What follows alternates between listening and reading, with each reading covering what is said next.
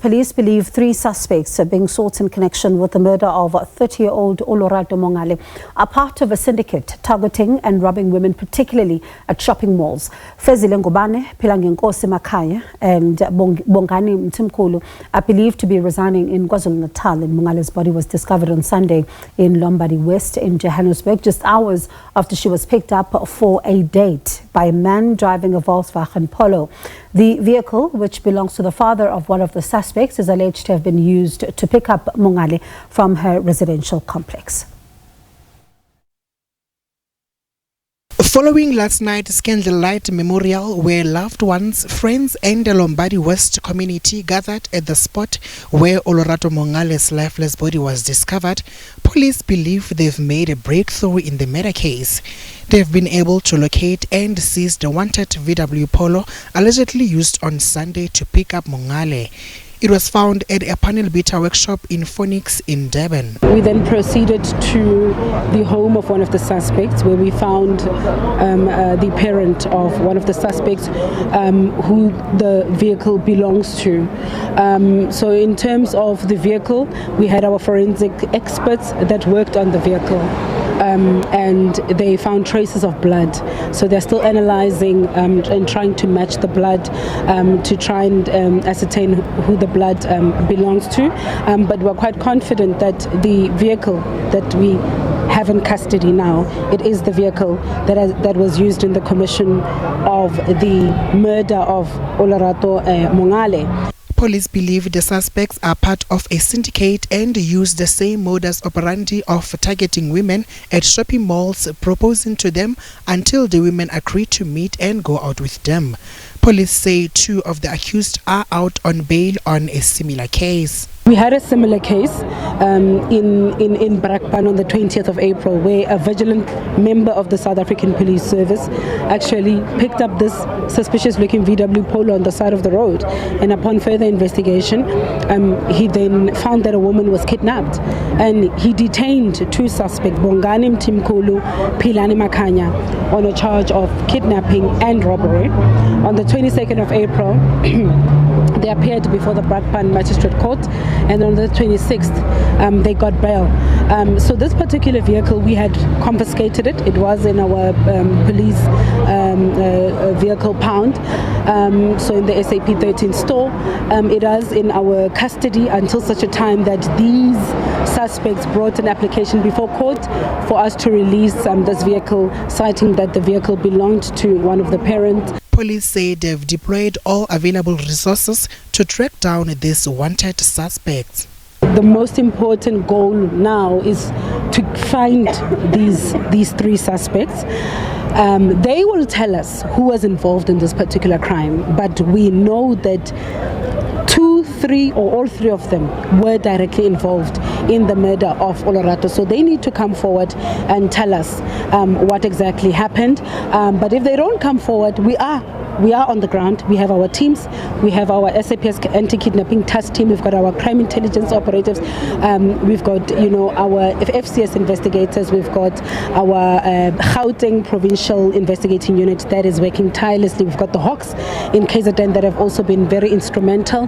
The case now is being led by the Provincial Commissioner of Gauteng, Lieutenant General Mtombeni. We've got the Provincial Commissioner of KZN, Lieutenant General Mkhwana, that have been roped in now to ensure that we maximize the resources on this case. The police have appealed to the public for information that can help them in their investigations. Fezile Ngubane, SABC News, Johannesburg. We take this conversation now and speak to Chad Thomas, IRS Forensics and Private Investigator. Chad, good afternoon to you as always. Thank you so much for your time. Your reaction to the latest developments in this case? Very good evening to you and to the viewers.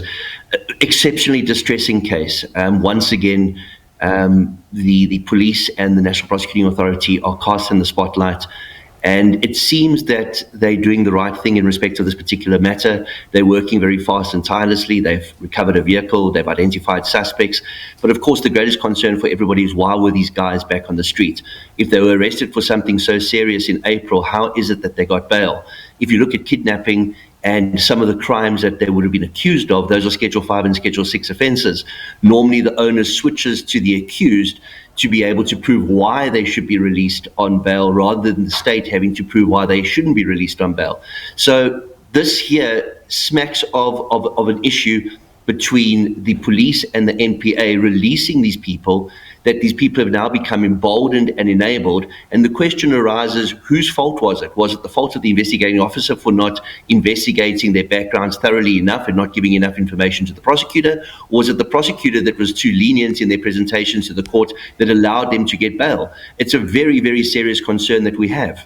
And you speak about a concern, right? There was another one when I was listening to the police briefing earlier that I had. It was around the impounded car, and it's the same VW Polo. Now, it was taken in at the time, and then a court order comes, and this court order then orders the police to then release the vehicle. Is this common practice? Look, if the vehicle had been forensically analysed, it had been booked into the SAP 13 pound, they had whatever evidence they needed, and it was found out that the vehicle hadn't been stolen and did in fact belong to somebody else who brought forward this application, I don't see anything wrong with the vehicle being released. Mm-hmm. The question of course that I have and so many other people have is, why aren't we seeing more work done like we're seeing with the anti-kidnapping task team? Why aren't we seeing these units being replicated around the country? It seems now that there's so much information pertaining to these suspects, and it seems that there's so many victims that are coming forward that it's cries incompetence that we as the citizens of this land were not notified or informed by the police that the syndicate was operating. It smacks almost of the Thabo Bester case from almost 20 years ago, where he was targeting people using social media, dating sites, etc. And it seems as if we're not getting enough information from the police, from the criminal justice cluster, to enable the public to at least be wary of these different types of crimes, which seem to be escalating. And especially because today you hear from police and they say that, they received just around 100 calls with women, detailing their stories from across the country, as far as the Northern Cape, we heard today.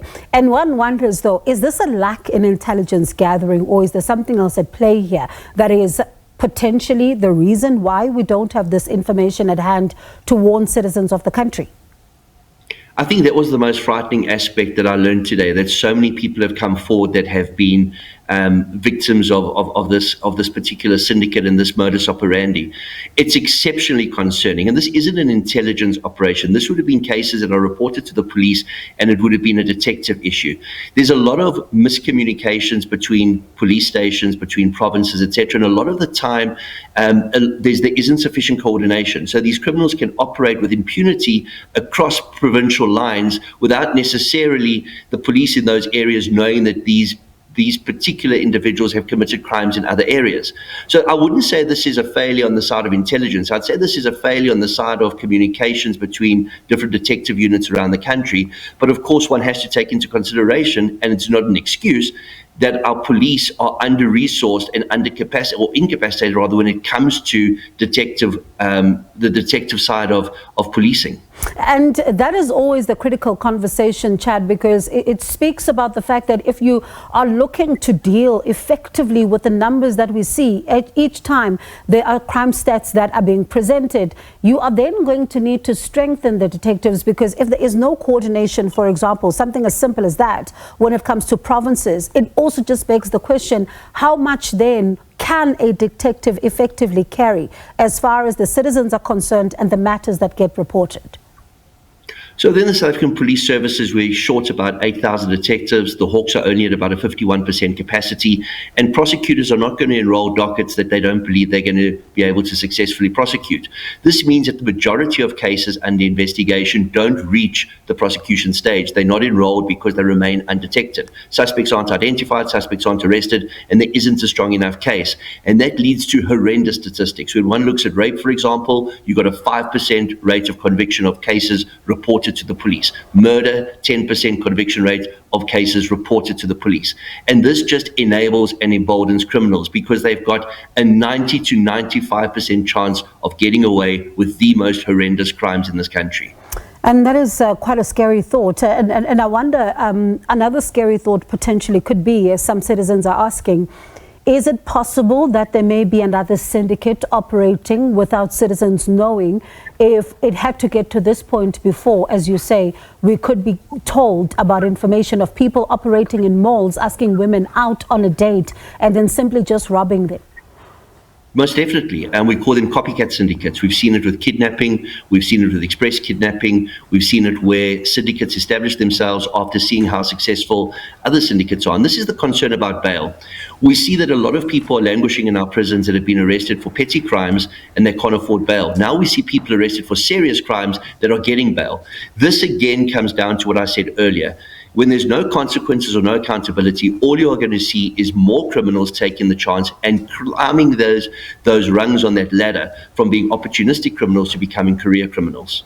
And you speak about, of course, a lot of work that needs to be done here. How crucial is forensic evidence as well, as far as resolving some of these cases, and especially now, given the fact that police are still analyzing the dockets of 2 women, right, who were found dumped and killed around the Sandton area, they're saying, and they want to know if this could potentially be linked or not. So how critical is forensic evidence here? And do you think that it could also help us solve this particular matter? Most definitely. We live in a technological era where we don't just use technology to prevent crime, but also to react to crime. And then, of course, you've got crime scene analysis, which has become a critical component of crime investigation and being able to hold people to account. We have a DNA backlog in respect of our criminal justice system at this point in time, but we know our minister and our generals are working towards lowering that backlog and being able to work on the DNA. So DNA and other forensic tools that are available are critical in proving the crime and linking these criminals to other crimes that they may have been involved in. Chad, as always, appreciate your time. Thank you so much for chatting to us. That was Chad Thomas, IRS Forensics and Private Investigator.